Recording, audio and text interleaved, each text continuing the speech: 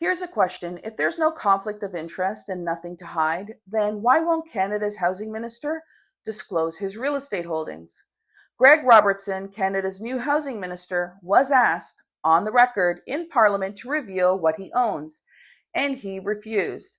That's not a joke. That's not political spin. That's exactly what happened. Multiple credible reports suggest he owns millions in real estate, some say over $10 million worth. And yet, when Canadians ask for transparency, he offers nothing. How many investment properties does the minister own? The Honourable Minister. Thank you, Mr. Chair. Investment is secondary to people living in homes. We need to build homes that people live in, not invest in. The Honourable Member. For you, Mr. Chair, I was looking for the number. How many investment properties does this Minister of Housing own? The Honourable Minister. Mr. Chair, I think the focus here needs to be on building homes for people to live in, not building homes for investors to own. Honourable Member. How many rental units does this Minister of Housing own? The Honourable Minister. Thank you, Mr. Chair. I'm here to answer questions on behalf of my department for the investment in affordable housing across Canada and infrastructure and housing. The Honourable Member. For you, Mr. Chair, these are important questions that Canadians need answer to. Will the creation of Build Canada Homes just lead to more red tape and government bureaucracy? The Honourable Minister. Thank you, Mr. Chair. Build Canada Homes is going to focus on building affordable housing across Canada at a scale that is unprecedented. Mr. Chair, since we've seen no budget from this Liberal government, how much money is being allocated to the Build Canada Homes? The Honourable Minister. Mr. Chair, at this stage, we're designing the future for Build Canada Homes. It's not an entity that exists. Meanwhile, in the very same breath, he tells you and me that home prices don't need to come down. On affordable housing. No, I think that we need to deliver more supply, make sure the market is stable. It's a huge part of our economy. We need to be delivering more affordable housing. Seriously. So let me get this straight. The guy who profits from high housing prices is telling Canadians not to expect prices to correct. So do you think that's leadership, or is that a leveraged landlord calling the shots from inside Parliament? Well, today we're going to break it all down. The verified reports on Robertson's real estate portfolio and the serious ethical questions this raises, and the other side of the coin, because yes, we're playing devil's advocate too. I'll break down what this means for Canadians trying to own a home, and then I want you to decide in the comments. But before we go further, like this video if you believe the housing policy should be transparent, subscribe for more truth-driven content that holds power accountable, and share this with someone who's been priced out of the housing market. Drop your comment right now. Are you okay with this, or does this actually cross the line? So what do the records actually say? According to Blacklock's reporter and confirmed by land title searches published by the Breaker.News and investigative journalist Bob McKean, Gregor Robertson owns multiple investment properties in British Columbia. One of them, located in Squamish, is assessed to be over $5.6 million. And he has at least two more properties. So altogether, his portfolio is valued well over $10 million. And this is not just family homes. These are income-generating real estate investments. Now, when Conservative MPs formally asked Robertson to disclose this in Parliament, he said nothing. No confirmation, no denial, just complete silence.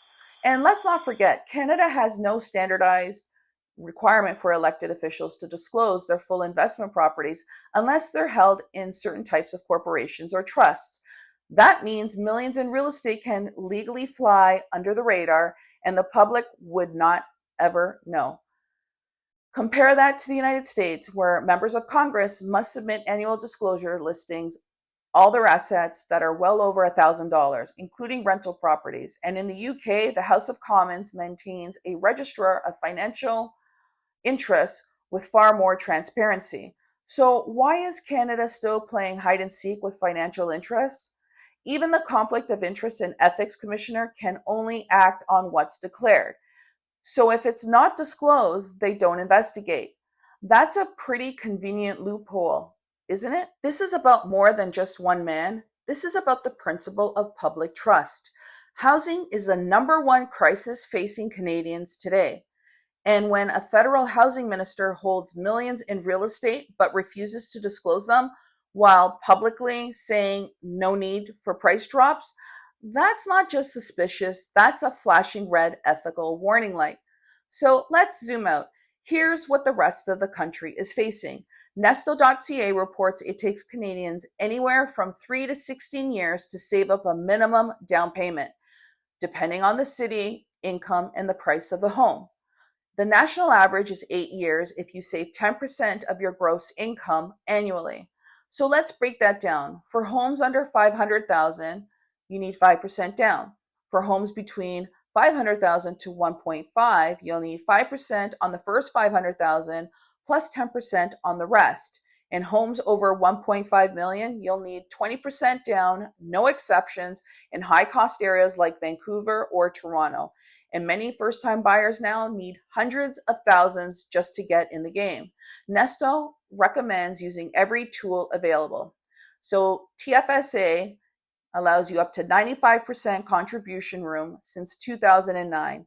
FHSA is $8,000 a year up to $40,000 lifetime cap, and it's tax deductible. Your RRSPs borrow up to $60,000 per person tax-free. Smart Savers combined all three, and even that isn't enough for most. Why? Because home prices in many cities are still 30 to 60% higher than pre-2020 levels. And the average rent in Toronto for a one-bedroom is still over $2,500. And for the record, millennials and Gen Zs are checking out. Many are leaving Canada or giving up on home ownership entirely. And by 2026, thousands of families will face crushing mortgage resets at much higher rates. So when your housing minister owns properties worth millions and refuses to even confirm them while telling you that prices are just fine, it's not just tone deaf, it's a massive breach of public trust. But in fairness, let's play the devil's advocate for a second. What if he bought these homes long before joining cabinet? What if he rents them to families at fair market value? What if he pays all his taxes, follows the rules, and just happens to be a smart investor? And let's be honest, owning real estate isn't a crime. In fact, many Canadians would love to own a few properties and build wealth through real estate. And maybe Robertson's background in property makes him even more qualified to handle the housing file. And yeah, that's a fair point. But see, here's the catch. Public office comes with public responsibility. You can't regulate a market that you're profiting from in secret. So if you own property and you're crafting housing policy, you need to disclose it, period. It's not the wealth that's the issue, it's the withholding. You want to build trust in a housing crisis. Start by being honest. Now let's talk about a bigger picture, because this story isn't about one man, it's about the system. Couples with dual incomes are being priced out of their hometowns, and seniors are turning to food banks because rent eats their pensions, and students are paying 3 to 4 times more for housing than their parents ever did. And families, well, they're watching their landlords outbid them for starter homes, then renting those same houses back to them for twice the mortgage cost. And you think that's a coincidence? Investors now own over 25% of all homes in major Canadian cities. And guess what? Many of our elected officials are part of that same investor class. And according to a 2021 Huffington Post report, over 30% of Canadian MPs own rental or investment property, and many face no mandatory disclosure. This isn't hypothetical. Look at past examples. In 2020, Minister Bill Monroe resigned amid ethics concern tied to the WE charity scandal, where undisclosed financial ties raised serious questions. And before that, Senator Mike Duffy's housing allowance scandal rocked Parliament. He claimed a secondary residence while spending most of his time in Ottawa at taxpayers' expense. Different case, yes, but same pattern. People in power making financial moves behind closed doors until they're forced into spotlight. So you got to ask yourself, why does it always take a scandal before we get transparency? Shouldn't it be built in from the start? Here's what this really comes down to. Power without accountability creates two classes of Canadians, those who are regulated and those who do the regulating while profiting on the side. This isn't just about one politician with a portfolio. This is about a generation watching the door to ownership close, while that same door opens to multi-million-dollar portfolios for the people in charge. And let's take a look at how Canadians are reacting. Some are saying this is outrageous. If a minister won't disclose holdings, they shouldn't be in cabinet. Another, it's no different than insider trading. Another, if I did this as a private citizen, I'd be audited in a heartbeat. And lastly, he's just doing what any smart Canadian investor would do. And really, that's the divide, isn't it? We've got half the country who sees this as business as usual, and the other half sees it as a betrayal. So I want to hear your voice. Comment below right now. Is it unethical for politicians to own real estate while in office? Or should this be a full mandatory disclosure? Or is this being, blown out of proportion? Because here's the truth. Canada's housing crisis isn't just about poor planning. It's about broken incentives. When the same people writing the rules are profiting from the problem doesn't get solved, it gets protected. And this isn't a conspiracy theory, this is a call for standards. And if you believe in transparency, if you believe public service means accountability, then now's the time to speak up.